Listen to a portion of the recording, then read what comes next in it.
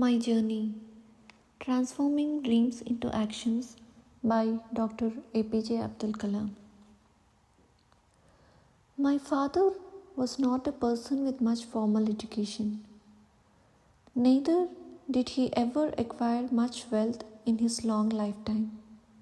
Yet, he was one of the wisest, truly generous men I have had the fortune of knowing. Our mosque was the focal point of the locality, and my father was the man everyone turned to in their hour of need. They believed that he was truly connected to God. I remember going to the mosque to say my prayers with him. He made sure we never missed any of our prayers. After saying our namaz, when we would step out onto the road, groups of people would inevitably be there, waiting to talk to him and share their worries with him. What did these men and women see in him? He was not a preacher nor a teacher. He was just a man who lived by his convictions and the tenets of his religion. What did he give them? I now think it was his mere presence that calmed them and gave them hope. He said prayers for them, and many people would offer him bowls of water. He would dip his fingertips in them and say a prayer, after which the water would be taken away to be given to the sick. Later, many of these people would come to the house and thank him for having cured their near and dear ones. Why did he do this?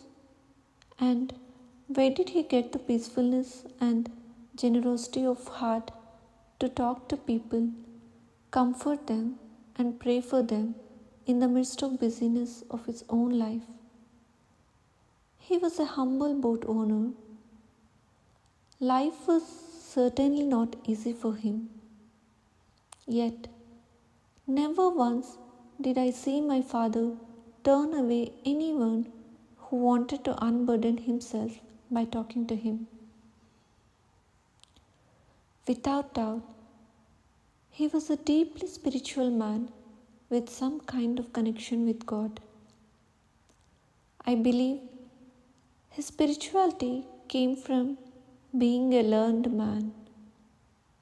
He knew the scriptures and could bring out their essential truth to even the youngest inquiring mind. When I asked him questions, he would always reply and attempt to explain in simple, straightforward Tamil.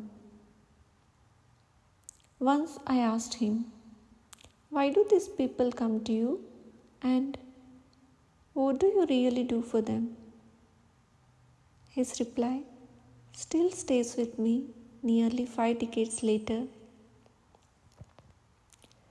Whenever human beings find themselves alone, as a natural reaction, they start looking for company. Whenever they are in trouble, they look for someone to help them. Every recurrent anguish, longing, and desire finds its own special helper.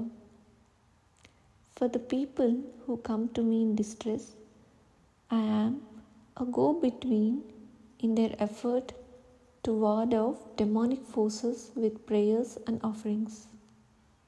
Then he went on to tell me something about prayers and its power over man that still resonates despite my years in the field of scientific research.